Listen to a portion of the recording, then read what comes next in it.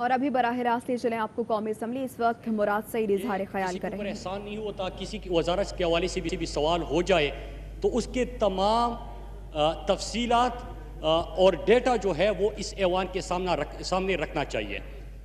لیکن اس کے ساتھ ساتھ ایک بات بڑی عجیب لگی مجھے، اور وہ یہ کہ اگر آپ لوگ یہاں پہ بات کریں گے جس طرح کہ ایک وزیر صاحب کا حوالہ دیا گیا، انہوں نے تو سوال کیے تھے، ہو سکتا ہے سوالات سخت ہو سکتا ہے کہ آپ کی نظر وہ نامناسب ہو، لیکن اس میں کوئی گالم گلوچ یا کوئی اخلاق سے گری ہوئی بات انہوں نے نہیں کی۔ لیکن اس کا اگر یہ ایک سینئر رہنما کی طرف سے یہ جواب آئے گا کہ کیا آپ لوگ اپنی لیڈران کو زبردستی چاہتے کہ ان کے لیے گالم گلوچ کے الفاظ استعمال ہو، تو میرے خیال سے یہ نامناسب ہوگا۔ ہر کسی کا یہاں پہ حق ہے کہ وہ بات کرے، عوامی ایشوز اس ایوان کے اندر لے کے آئے، لیکن کوئی بھی چاہے ٹریجری بینچز ہو چاہے اپوزیشن کے بینچز ہو، کسی کو یہ حق نہیں پہنچتا کہ وہ اخلاق سے گری ہوئی جو ہے باتیں کرے، گالم گلوچ دے۔ اسپیکر صاحب، ایک ایشو میں بھی اس ایوان کے سامنے رکھنا چاہتا ہوں۔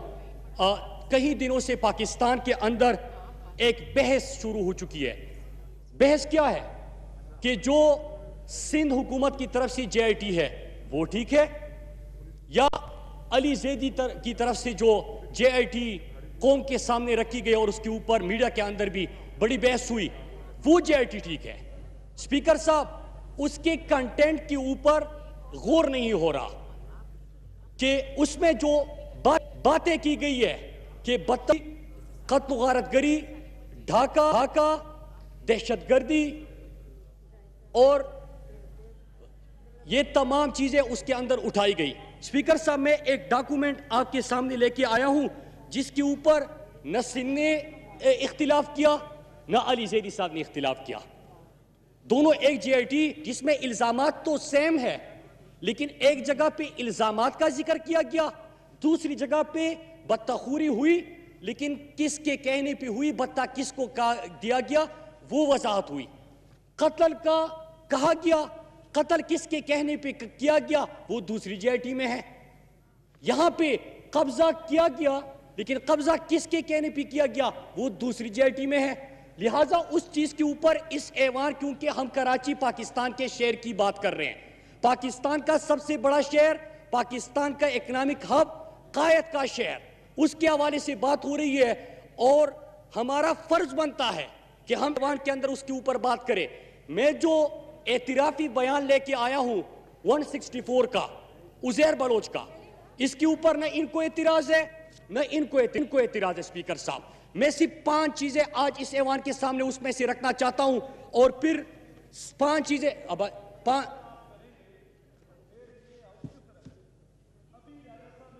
نہیں تو میں نے کون سی گالی دی ہے؟ اس نے تو کوئی اس طرح کی بات نہیں کی ہے، ابھی کوئی بھی بات اس طرح کی نہیں کی ہے، ابھی آپ اس کو بولنے نہیں دیں، یہ تو صحیح نہیں ہے۔ اسپیکر صاحب، میں جب یہ 164 کا اعترافی اسپیکر صاحب، میری اتنی گزارش ہے کہ میں صرف 5 پوائنٹس اس میں سے اٹھا رہا ہوں، اور میں ان کو 2 گھنٹے کے لیے بھی سننے کے لیے تیار ہوں۔ یہ صرف 5 سوالات اٹھنے دے، باقی میں 2 گھنٹے بھی ان کو سن لوں گا سر۔ اسپیکر صاحب، جب میں یہ اعترافی بیان دیکھ رہا تھا تو مجھے اسی پارلیمنٹ میں نے ایک شعر جب ہم اپوزیشن میں تھے، مجھے وہ یاد آ گیا کہ لگا کر گاد سرحد پر میاں بیزار بیٹھے تھے، لگا کر گاد سرحد پر میاں بیزار بیٹھے تھے، بڑے ہی ضبط کے ماہر بڑے فنکار بیٹھے تھے، یہ دہشت گرد یوں ہی روز آ کر نہیں پڑتے، اسمبلی اور وزارت میں سہولت کار بیٹھے تھے۔ اسپیکر صاحب، آغاز ہوتا ہے اس کا 164 کے بیان کا کہ 2008 میں جب میں جیل میں تھا، عزیر بلوچ کہتا ہے، تو مجھے پیپلز پارٹی نے قیدی کارکنوں کا ذمہ دار بنایا۔ سال 2008 میں رحمان ڈکیت کے پولیس مقابلہ میں ہلاک ہونے کے بعد لیاری گینگوار کی مکمل کمان سنبھالی اور پیپلز امر کمیٹی کے نام سے مسلح دہشت گرد گروہ بنایا اور مجھے چیئرمین بنایا۔ 2008 سے 2013 تک میں نے مختلف ذرائع سے اسلحہ خریدا، پولیس مقابلے، اغوا برائے توان، قتل و غارت گری۔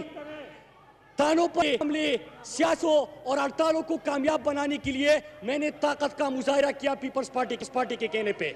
लियारी के इलाके में अपनी राजा मर्जी की परवेश पुलिस अशरफ अफसरान साहब को लगाए, पूरा मौका दिया, किसी ने कोई नहीं बोला, आप भी दरमियान में ना जुए के बोलें। अड्डों की सरपरस्ती की, बत्ता उसूलों के लिए मुसल्लह ग्रुप बनाए जो कि बत्ता उसूल करते थे। बत्ता जा रहा है जरदारी के बहन को, बत्ता जा रहा है उज़ैर बलोच को।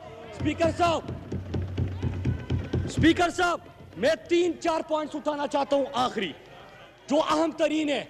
और मैं चाहता हूं स्पीकर साहब, पहली चीज स्पीकर साहब जवाब लेना चाहते हैं कि उज़ैर बलोच कहता है कि मैंने कत्ल करना था, कत्ल के लिए 3 पुलिस मोबाइल है मैंने जमा की। Inspector Yusuf Baloch, SHO Javed Baloch, inspector Chand Khan, मैंने इनको इस्तेमाल किया, बंदे अगवा किए, पुलिस मोबाइल इस्तेमाल किया, सरतन से जुदा किया, उसके ऊपर फुटबॉल खेला, उसकी वीडियो बनाई, लाशों को आग लगाई, सरपरस्ती आपकी। स्पीकर साहब क्या इसके ऊपर किसी को इतराज है? नहीं है।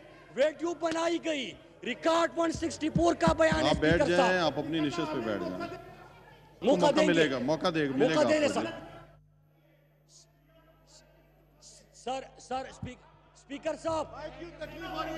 स्पीकर साहब अल्लाह ने इतना बड़ा दिल दिया है स्पीकर साहब कि 5 घंटे भी गुफ्तगू करे मैं नजरें मिला के सुन सकता हूं। स्पीकर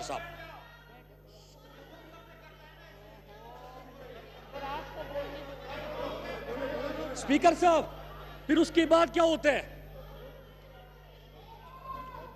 मौका दिया है, पूरा मौका दिया आपको।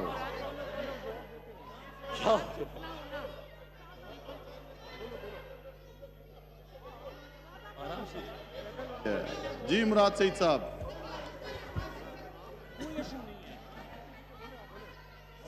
उनको दिया पूरा, किसी ने दरमियान में नहीं बोला।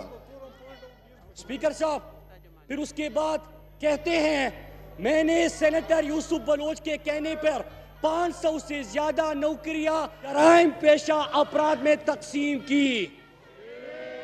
स्पीकर साहब आगे कहते कि मैंने अवैस मुजफ्फर टप्पी को आसिफ जरदारी के लिए 14 शुगर मिलों पर कब्जे में मदद के लिए इस्तेमाल किया।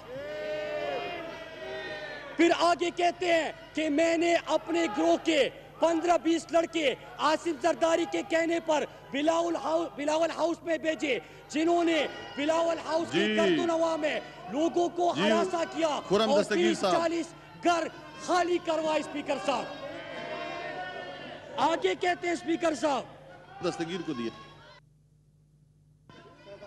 जी शाहिदा रहमानी साहब, जी बहुत शुक्रिया स्पीकर साहब। मैं कोरम ऐवान के तवज्जो कोरम की जानिब निशानदेही करती हूँ कि कोरम पॉइंट आउट करती हूँ। जी कौमी असम्बली का इजलास जारी है। मुराद सईद इजहार ख्याल कर रहे थे। उन्होंने कहा कि उज़ैर बलोच का 164 का एतराफ़ी बयान लेकर आया हूँ। उज़ैर बलोच का बयान है कि भत्ताखोरी भी पीपल्स पार्टी के कहने पर की। उज़ैर बलोच कहता है कि कत्ल करने के लिए 3 पुलिस मोबाइल इकट्ठी की। उज़ैर बलोच के 164 के बयान के मुताबिक भत्ते की रकम जरदारी और फरयाल तालपुर को जाती थी। उज़ैर बलोच ने कहा कत्ल के बाद सर से फुटबॉल खेली, सब पीपल्स पार्टी के कहने पर किया। मुराद सईद की इजहार ख्याल के दौरान अपोजिशन वॉकआउट कर गई और शोर शराबा भी किया गया और कोरम की निशानदेही की गई है और एक रुकन की जानिब से कोरम की निशानदेही की गई। और ये भी आपको बताएं कि अपोजिशन वॉकआउट कर गई। मुराद सईद जब इजहार ख्याल कर रहे थे, मुराद सईद ने कहा कि उज़ैर बलोच का 164 का एतराफ़ी बयान लेकर आया हूँ।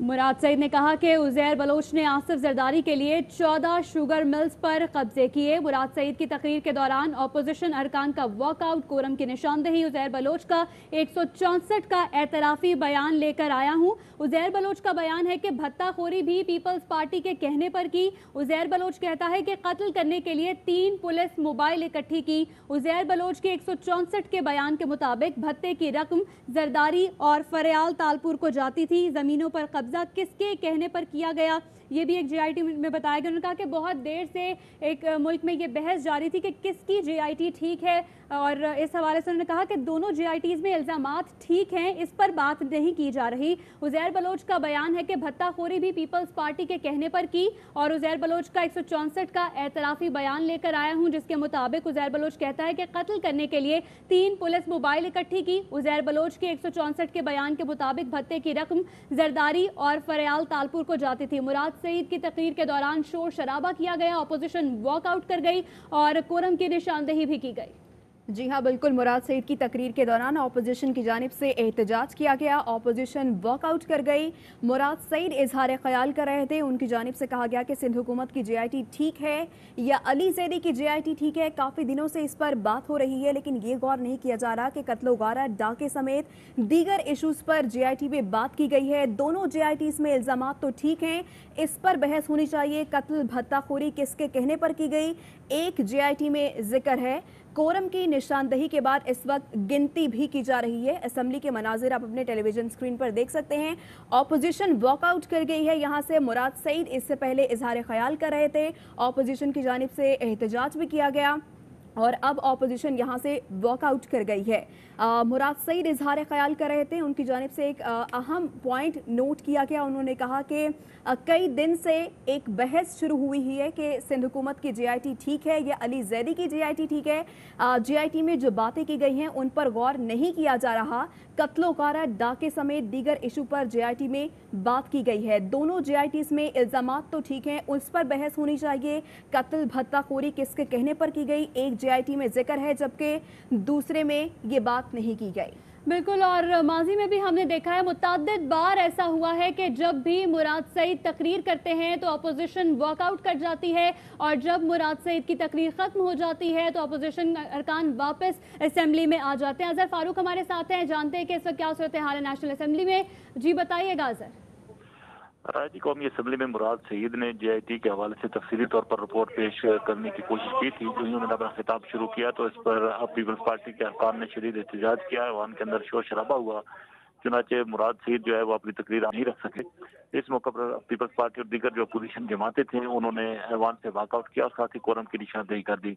चूंकि कोरम इस वक्त पूरा नहीं है, इस वजह से कौमी असम्बली का इजलास उस वक्त तक मुलतवी किया गया जब तक कि कोरम पूरा नहीं होता। मुराद सईद ने अपने ये खिताब में ये इल्ज़ाम आयद किया था कि JIT की जो रिपोर्ट सामने आई है उसमें ये वाज़ेह तौर पर सामने आया है कि पीपल्स पार्टी जो है वो क्रिमिनल्स के पीछे थी, भत्ताखोरी के पीछे थी और मर्डर्स के पीछे थी। इस पर पीपल्स पार्टी के अरकान ने शदीद एहतजाज किया था। उन्होंने कहा कि उनके पास मुकम्मल हक़ाइक़ हैं और पीपल्स पार्टी को चाहिए कि वो हिम्मत पैदा करे हक़ाइक़ सुनने के। तमाम पीपल्स पार्टी के अरकान ने शदीद एहतजाज किया था और साथ ही कोरम की निशानदेही हुई, जिसकी वजह से अब इजलास की कार्रवाई जो है वो कोरम पूरा होने तक रुकी हुई है। ठीक है, कोरम के मुकम्मल होने तक ऐवान की कार्रवाई मुलतवी हो गई है। अज़हर ये बताएगा कि कार्रवाई कब तक मुलतवी की गई है?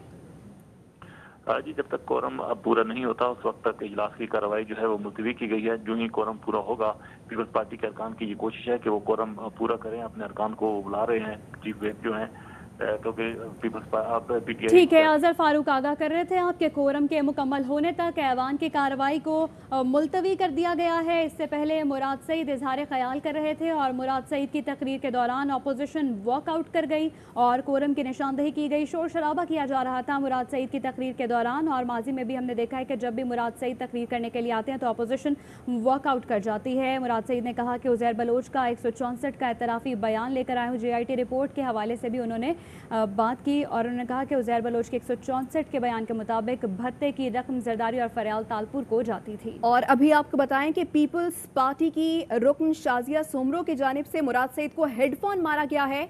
बात करेंगे, अज़हर फारूक हमारे साथ मौजूद है। अज़हर बताइएगा इस मुतालिक।